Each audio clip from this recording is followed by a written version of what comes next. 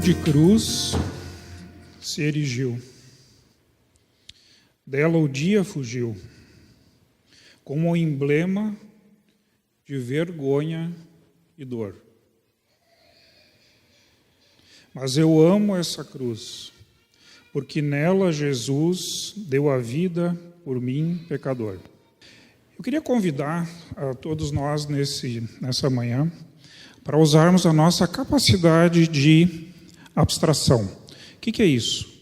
É uma capacidade que nós, seres humanos, temos, uma capacidade cerebral, de, por exemplo, termos empatia com outra pessoa. Isso quer dizer o quê? Eu consigo mentalmente me colocar no lugar de uma outra pessoa, como se estivesse dentro dela. E nós conseguimos imaginar. Então vamos sair de 2019 e vamos voltar para aquela sexta-feira. Vamos estar parados diante da cruz, como se nós estivéssemos ali na frente dos crucificados e olhando para Jesus. Nas igrejas batistas, nós não usamos a pessoa do crucificado, nós usamos somente a cruz, né? É uma tradição nossa. Então, como essa cruz aqui é o modelo, eu convido vocês para estarem comigo aqui, mentalmente, nós estamos olhando para Jesus. Vamos refletir o que tudo isso significa. A crucificação é um tipo de pena capital, né, o objetivo é matar alguém, que tortura cruelmente um condenado até que a morte ocorra, geralmente por sufocamento, porque o peso do corpo, das pernas, da cintura, do abdômen, vai puxando para baixo o condenado, e aí ele cada vez tem menos condições de respirar. É um afogamento lento, né? Vai se afogando aos pouquinhos.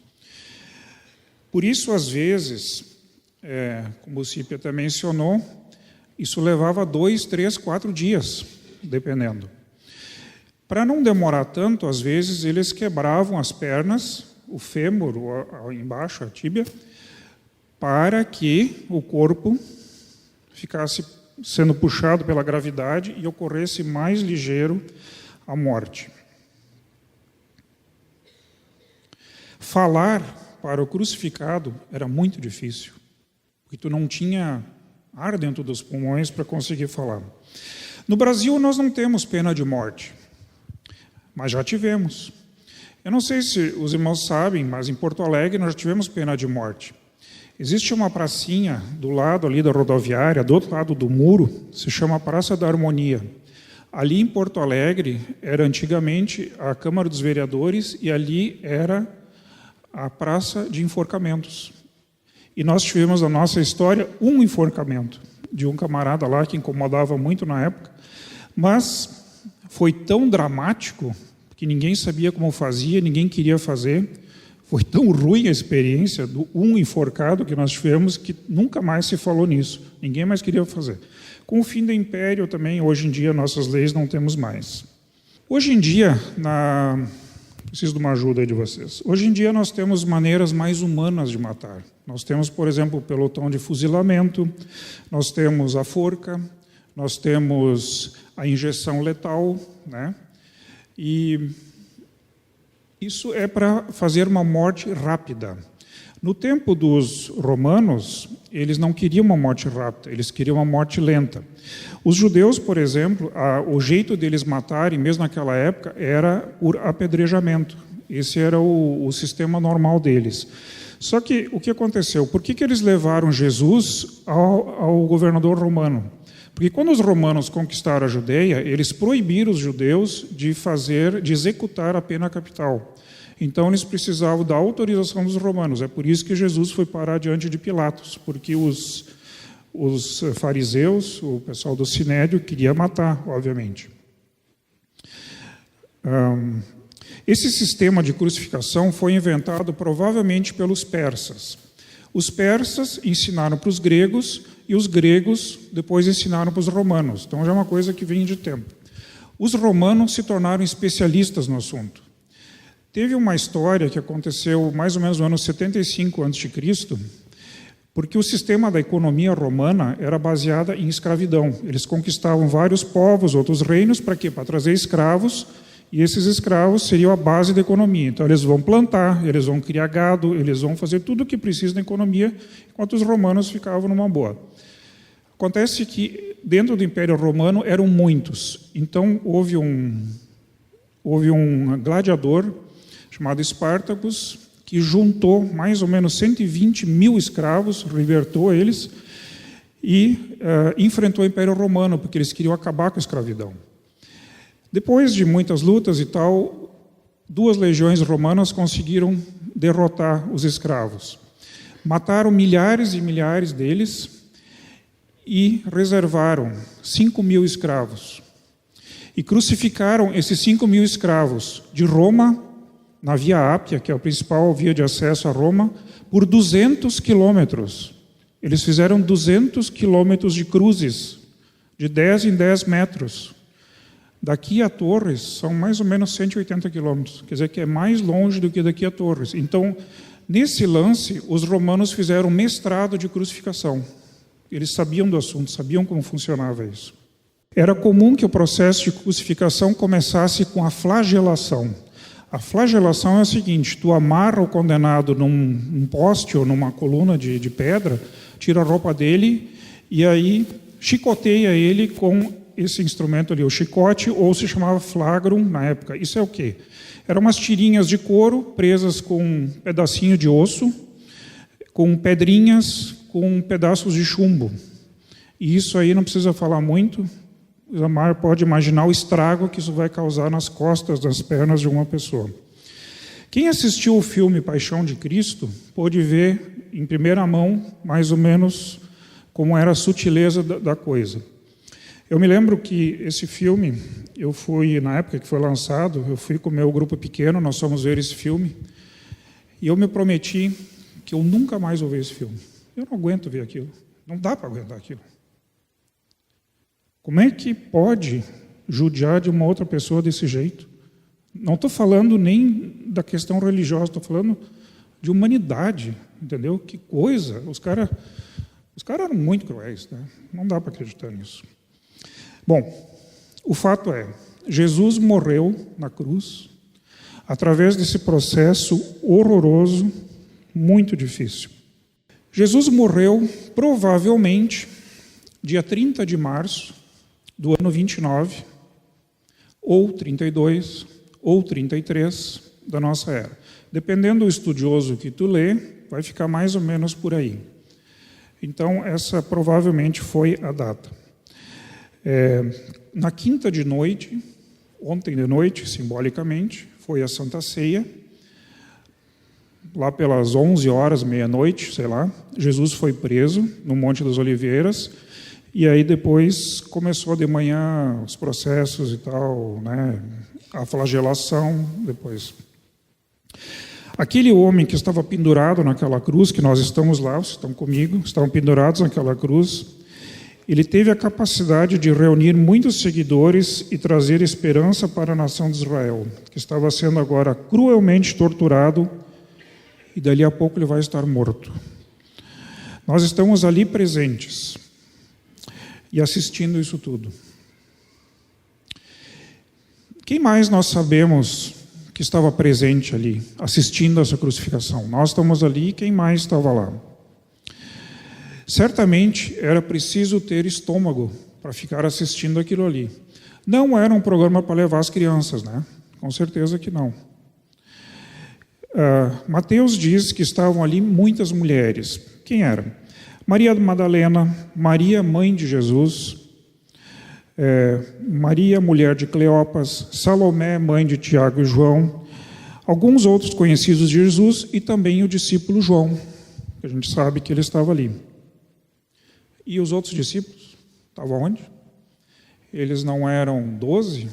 Judas estava ocupado nesse momento se matando, se enforcando, e João estava na cruz e os outros 10 estavam onde? Eles sumiram.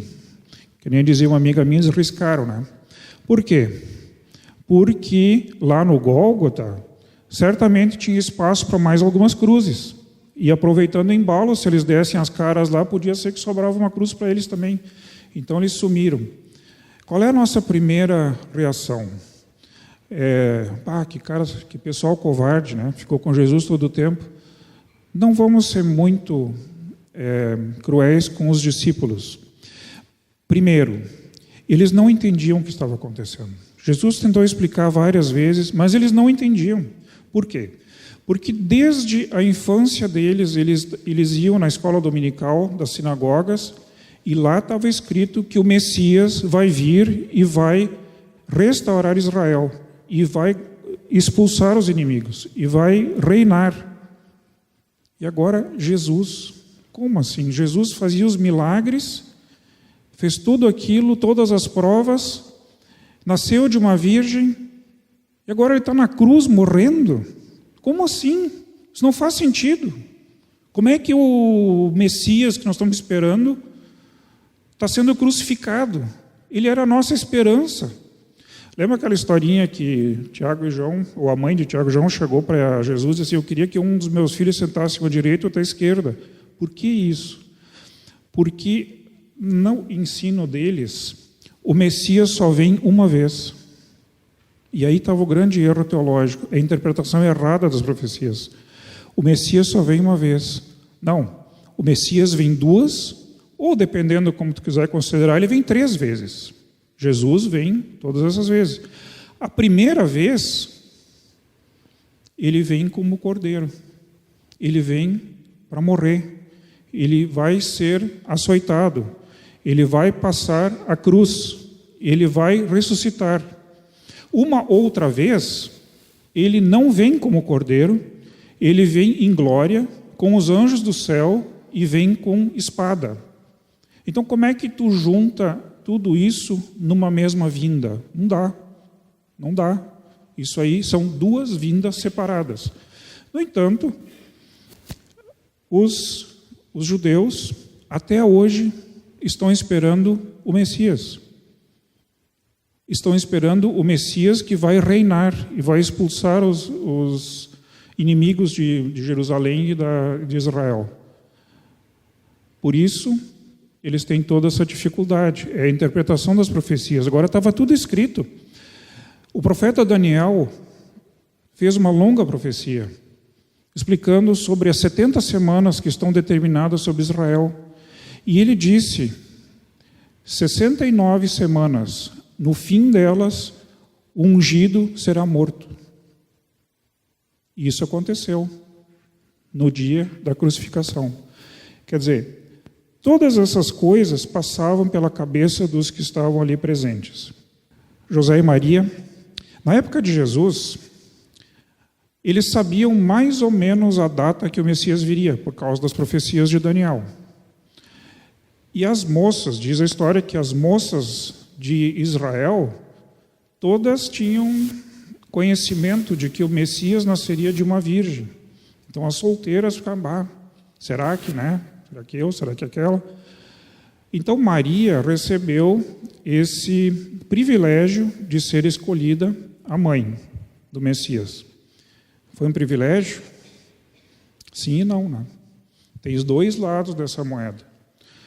Porque Maria teve uma grande honra de ser escolhida a mãe do Messias, e ela sabia que era verdade, e ela estava agora ali, naquela manhã, estava olhando o seu filho sendo crucificado.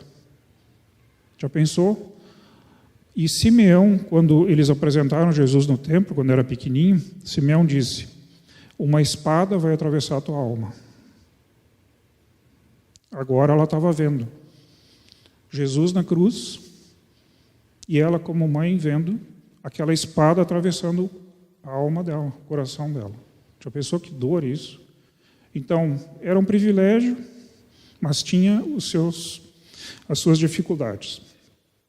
Estavam também lá naquele momento os principais sacerdotes, os escribas, os soldados romanos, os 2 ladrões que foram crucificados com Jesus e o povo em geral olhando mais de longe. Jesus foi crucificado na hora 3ª, isso significa 9 horas da manhã. Depois ele morreu às 3 horas da tarde, então ele ficou, na verdade, 6 horas na cruz. Só que do meio-dia em diante, houve trevas sobre a terra, tudo escureceu. Como são 3 horas, eu acredito que não foi um eclipse, mas foi nuvens pesadas que cobriram tudo e deixaram uma escuridão completa naquele momento. Como que dizendo que a natureza estava sofrendo ali junto com Jesus, naquele momento. Agora eu queria aproveitar e fazer um desafio para vocês.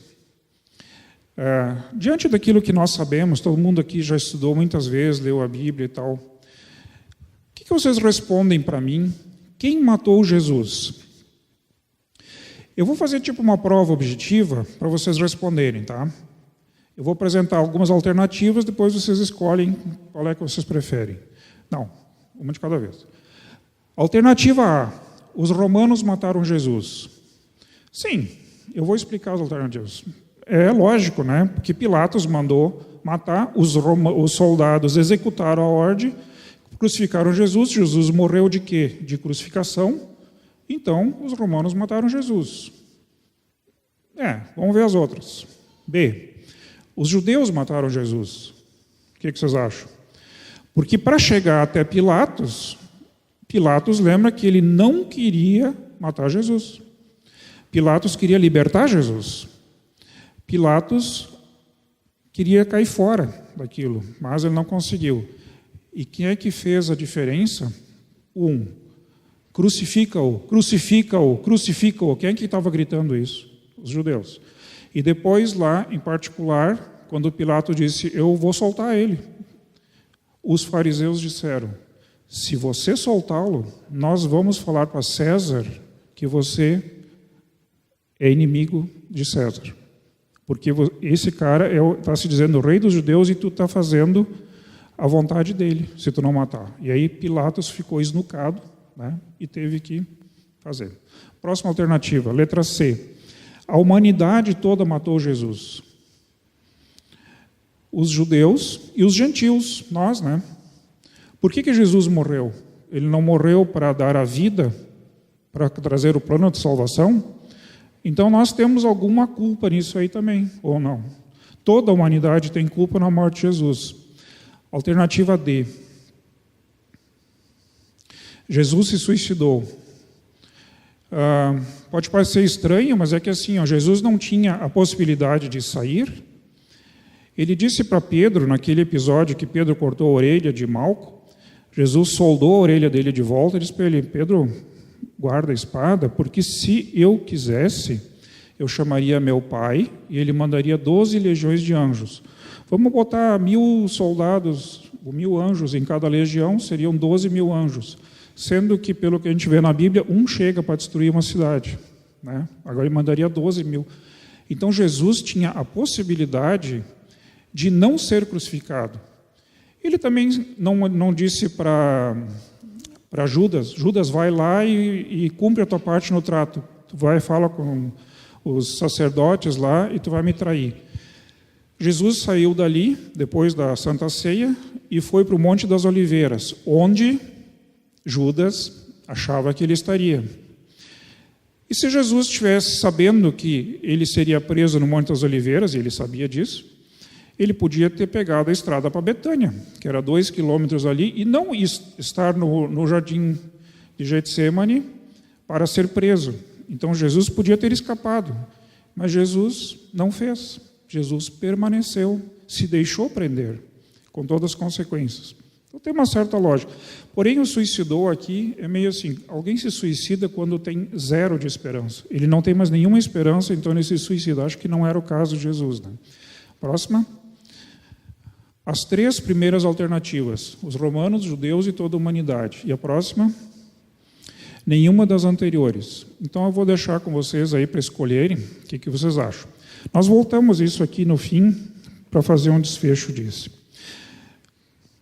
Agora vamos pensar nos diversos grupos que estavam ali na frente de Jesus. O que essas pessoas estavam pensando? Algumas coisas estão escritas e outras coisas a gente pode deduzir sem muito medo de errar. O que os fariseus estavam pensando? Esses são os fariseus, discutindo com Jesus. O que eles pensavam? Eles achavam que Jesus era um trouxa.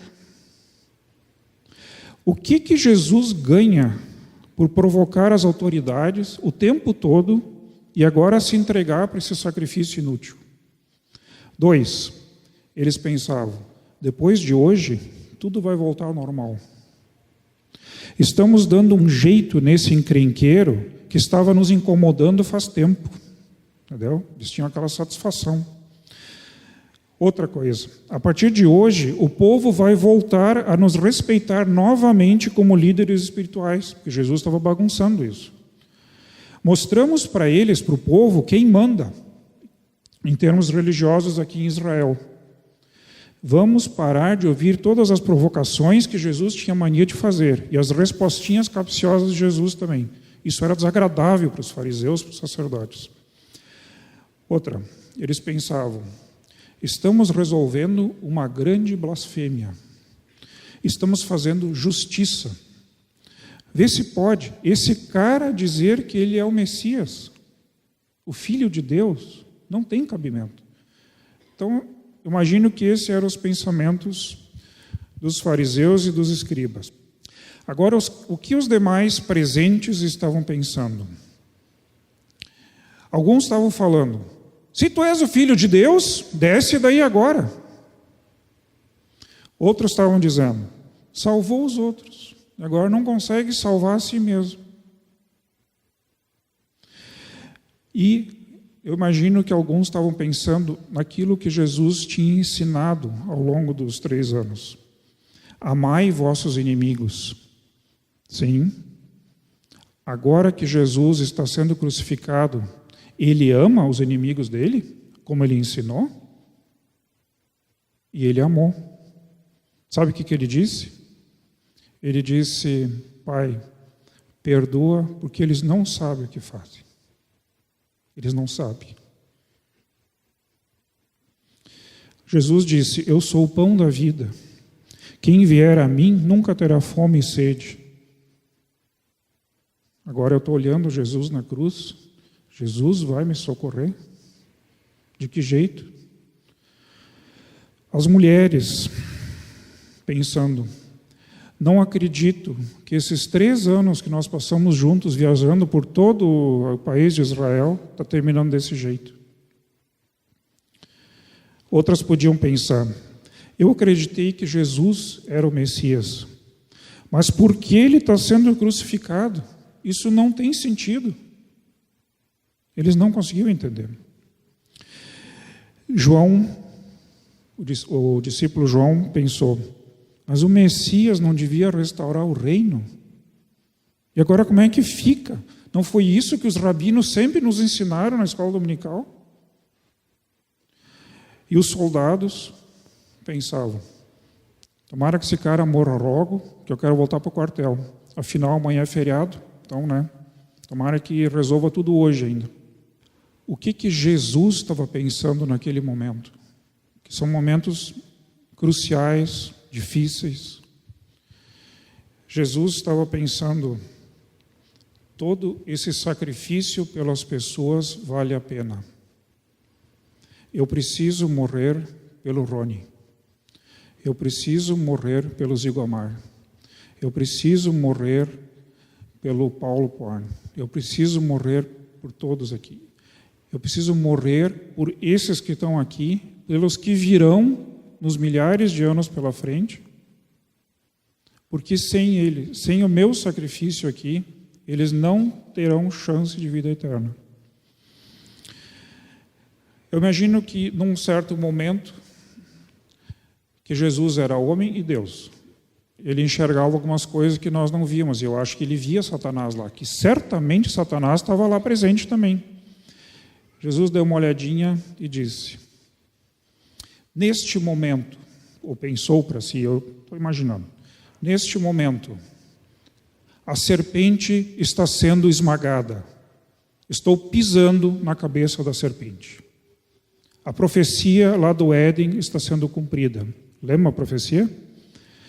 Que Deus falou para Adão e para Eva, depois que eles pecaram. O filho da mulher vai esmagar a cabeça da serpente. 4.000 anos depois, estava acontecendo aquilo, lá na cruz.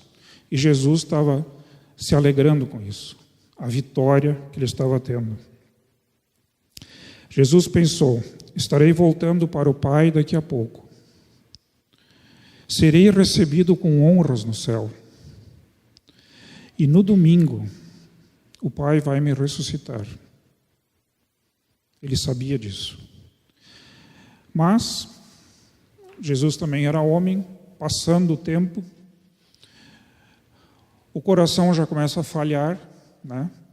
A dificuldade de respirar, aquela dor que não para, aquelas ardências todas.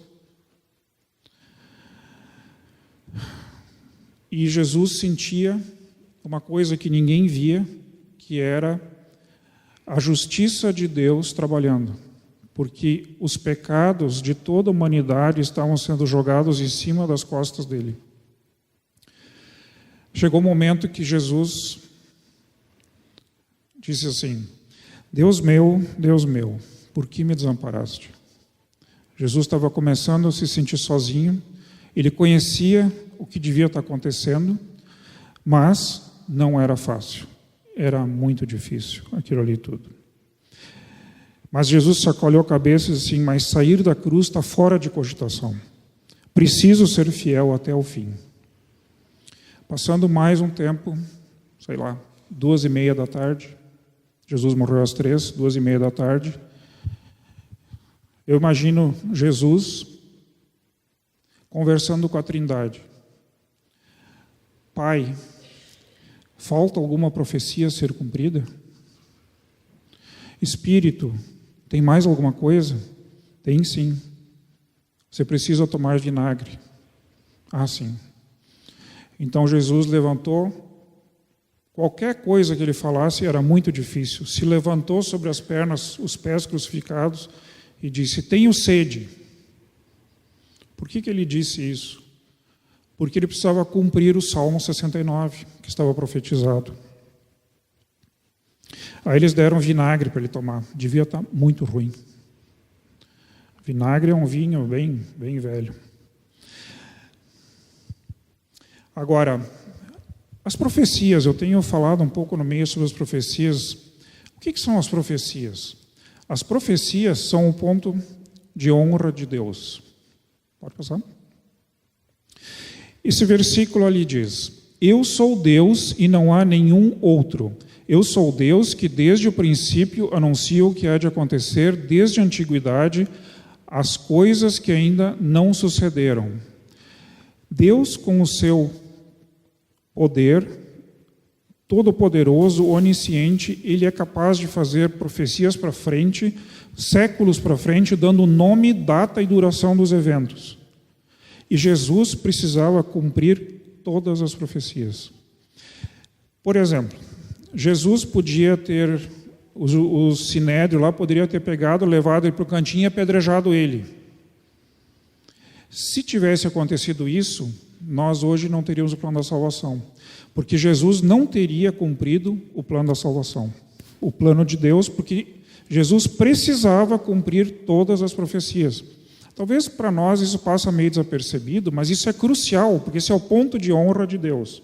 O cumprimento das profecias é o seguinte: teve um camarada chamado Alfred Edersheim, que fez um estudo e concluiu que existem 456 profecias sobre o Messias no Velho Testamento. Algumas coisas são repetidas aqui, ali e tal, mas se chega pelo menos a 100 profecias diferentes uma da outra, com cada uma com detalhes que o Messias teria que fazer e teria que passar. Jesus precisava cumprir todas elas. Senão, o sacrifício não seria válido e a morte de Jesus na cruz não seria qualificada. Porque Deus não é mentiroso. Ele não pode ser chamado de mentiroso, porque não se esqueça que Satanás estava lá, e se alguma profecia não fosse cumprida, Satanás ia dizer: o senhor é mentiroso, porque isso falou que isso e isso não aconteceu. Ele seria acusado. Mas Jesus não deu esse gostinho para Satanás, cumpriu todas as profecias. Quais eram essas profecias? Vou ler rapidamente. Deus devia nascer em Belém da Judéia, ele ser da tribo de Judá, ser da linhagem do rei Davi, nascer de uma virgem, realizar milagres, entrar em Jerusalém para ser proclamado rei de Israel. E nessa entrada, ele devia estar montado num jumento. Cavalo não serve, tem que ser jumento, porque senão não cumpre a profecia. Ser traído por 30 moedas de prata. O traidor seria um amigo dele. Ficaria em silêncio durante seu julgamento. Passaria por muitos sofrimentos. Gente, eu tenho todos os versículos, se alguém quiser ver isso, eu só não posso parar aqui para ler isso. Seria morto por crucificação, e não por espada, nem por apedrejamento. Tem que ser crucificação, senão não vale. A multidão iria zombar dele na cruz. Seus amigos olhariam de longe. Os soldados lançariam sortes sobre suas roupas. Haveria um eclipse, ou uma escuridão. Ele teria sede e lhe ofereceriam vinagre. E assim vai. Tem um monte de profecias. Jesus cumpriu todas. Como é que alguém outro na história da humanidade pode se candidatar a Messias? Não tem como. Não tem como. Até porque, como eu falei no começo, hoje em dia, nem se faz mais crucificação. Qual é o povo do mundo que tem pena de morte por crucificação? Isso não existe mais.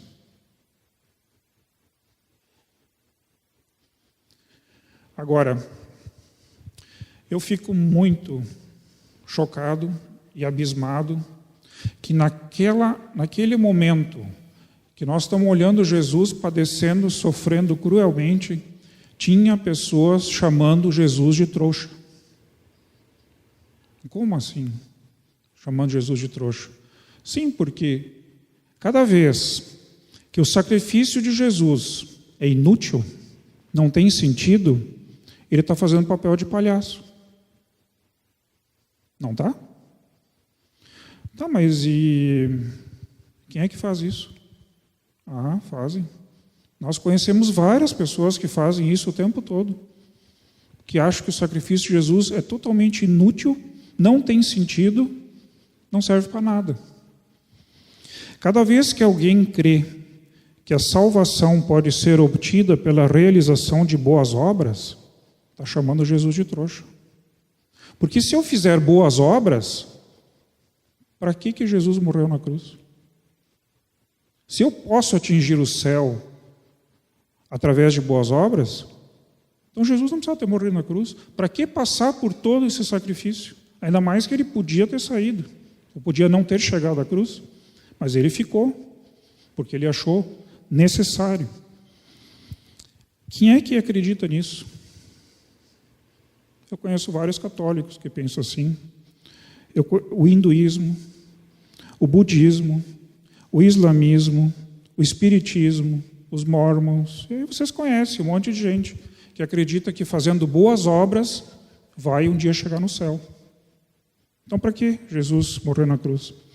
Cada vez que alguém crê que os homens e mulheres, toda a humanidade, nasce boa, porque vocês sabem que nós acreditamos que nós já nascemos com a herança de Adão e Eva, né? Mas muita gente acredita em humanismo. Humanismo é o quê? O ser humano é bom.